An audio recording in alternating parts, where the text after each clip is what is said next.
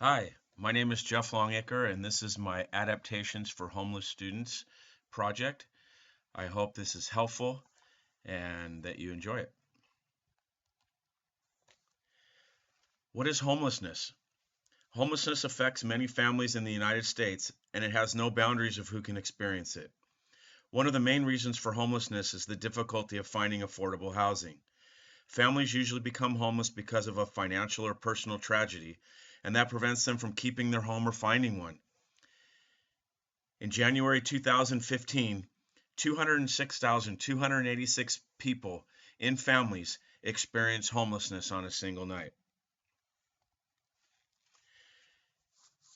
There are many myths and stereotypes about homeless people. The perception are that all homeless people live in shelters or in the street, but they also live in their cars. Society views homeless people as drug addicts or mentally ill. This perception does not fit the homeless families mentioned earlier. It's perceived that homeless people choose this way of life, but the truth of the matter is many are embarrassed and ashamed, and they don't choose to be homeless. The effects of homelessness on children are many. Being a homeless child can have many consequences. The risk of academic failure, social rejection in school, and rejection throughout their lives are just a few. What makes it even harder is if a child is fortunate enough to attend school, there are additional factors that affect the child. These children may not be accepted by teachers or their classmates. Unfortunately, most homeless children are ignored by society and our schools. Homeless children can experience emotions related to their homelessness, which can include embarrassment, anxiousness, fear, low self esteem, and depression. With these factors in a homeless child's life, it's an obvious challenge for a teacher to help and motivate a homeless student. With empathy and caring, it can be done, and it is important for a teacher to know how. There are many frustrations experienced by the student and the teacher. For students, they're often ashamed of where they live, especially if it's in a shelter or if they live in their car. They're teased by other students about their homelessness, their hygiene, or their inabilities. They're misunderstood by their parents. They have difficulty adjusting to a new school, which is magnified by the situation. They don't have anywhere to do their homework or a quiet place for themselves. And developmental delay augments feelings of failure. For teachers, the frustrations are that students may have lived in many places, attending different schools with different teaching methods. There's no school records. They need to assess educational needs without prior records. They need to do a quick assessment of students, as formal measures are too time consuming. Teachers are frustrated by the knowledge that a student may soon leave. Students have difficulty trusting the teachers, and other students may react negatively. Inability to contact parents in an emergency, and parents that are often emotionally unavailable are just a few more frustrations for the teacher. And on top of all this, homework completion can be difficult for the homeless child. There are ways a teacher can help a homeless student. First and foremost is to help stabilize the child's basic needs. Food, clothing, medical care, hygiene, and transportation are a few things that the teacher can make sure that the student has. Also, if there's a community resource list that they can supply the student and their family. Also, keep nutritious snacks available in the classroom. Don't ask students to bring food items or treats to school. Teachers can do an educational assessment to determine the level of academic ability. A brief assessment in reading, math, and writing can help avoid teaching above or below a student's ability.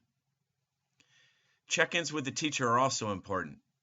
Assign an adult to check in daily with new children during the first month of school. Have an adult watch new students during recess for the first few weeks, since playtime may be difficult. Assign students a job or have them become involved in extracurricular activities so that they can feel a part of. Pair a new student with a buddy.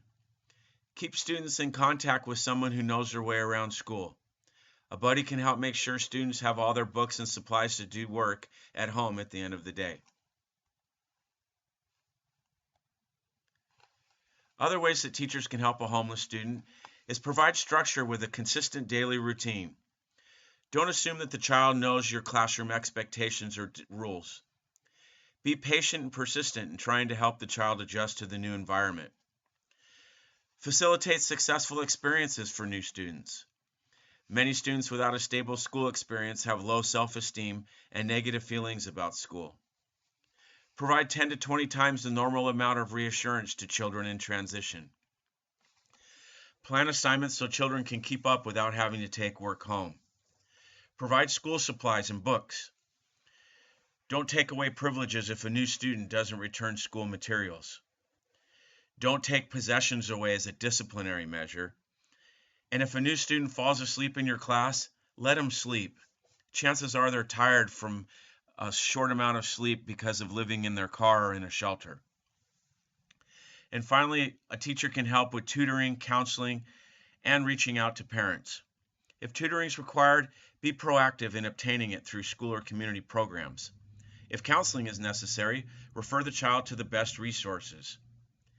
And finally, facilitate a relationship with the parents and communicate with them and the student often, and steer them in directions to let them know that you're there for them no matter what.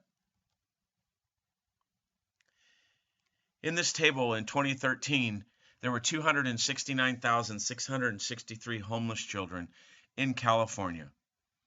Many of these areas are recognized: Los Angeles Unified, Santa Ana, Fontana, Colton, Long Beach, Norwalk, La Mirada are just a few that are near us.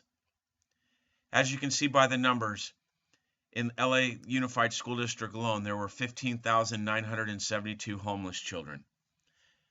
One of those kids can be in your classroom.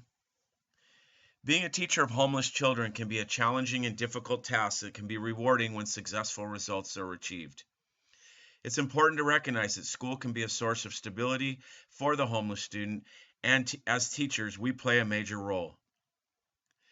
Teachers must remember that they cannot possibly meet all the needs of a child who is homeless. However, if we can remove just one frustration, it can make a tremendous difference for that child. So when you encounter the homeless, just remember some of the things that you've learned here today. And remember that the kids didn't choose to be homeless, but we can surely find a way to help them. Thank you very much. I hope you enjoyed this presentation. On this page are the works cited. There are many different resources that you can look into that can help you with understanding and helping homeless children. Thank you again for your time.